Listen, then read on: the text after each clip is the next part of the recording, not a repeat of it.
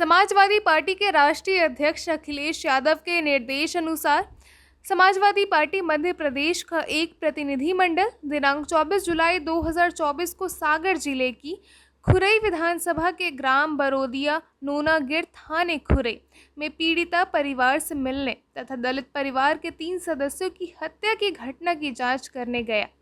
जिसमें पूर्व में 2 सदस्यों की हत्या हो चुकी है तथा वर्तमान में दिनांक 25 जुलाई 2024 को परिवार की लड़की अंजना अहिरवार की हत्या हो चुकी है। प्रतिनिधिमंडल ने अभी तक कोई कार्रवाई नहीं की है तथा एफआईआर दर्ज नहीं किया है तथा आरोपियों की पहचान भी नहीं की गई है। कल ही जांच के पश्चात आज प्रतिनिधिमंडल द्वारा इस महत्वपूर्ण मुद्दे पर भोपाल में प्रेस वार्ता की गई है। प्रेस वार्ता को संबोधित करते हुए प्रतिनिधिमंडल के सदस्यों ने कहा कि मुख्यमंत्री द्वारा गांव के घटना स्थल का दौरा करने के पश्चात भी पुलिस अधिकारियों एवं मुख्य आरोपियों के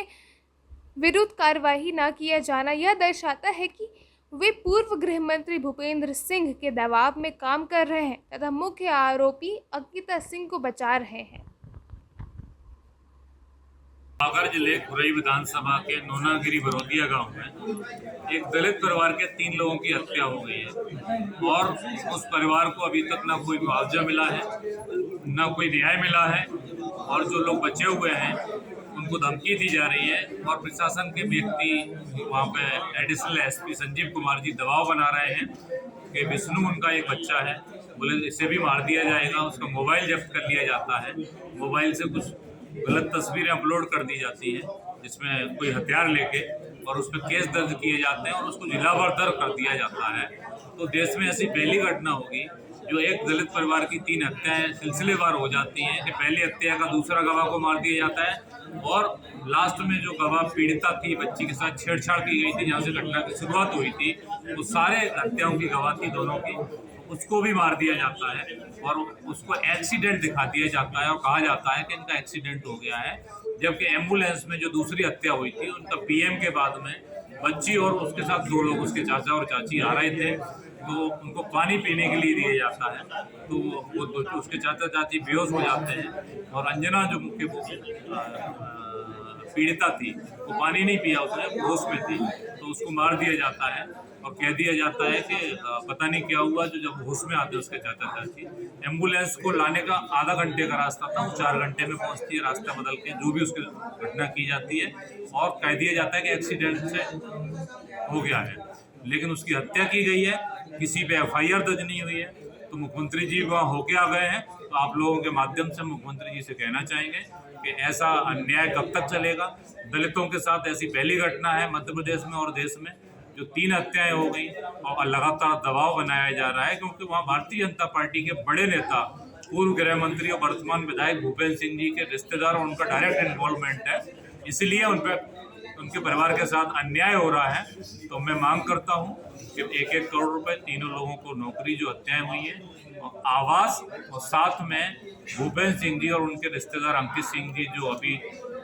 इनके ऊपर एफआईआर नहीं हुई है, इनकी भी गिरफ्तारी एफआईआर करके गिरफ्तारी की जाए,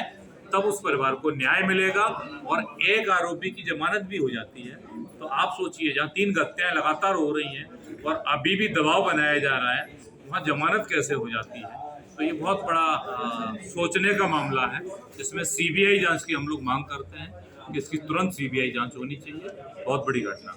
वर्तमान सरकार के जिस तरह से तानाशाही रुख अभी देखा जा रहा है,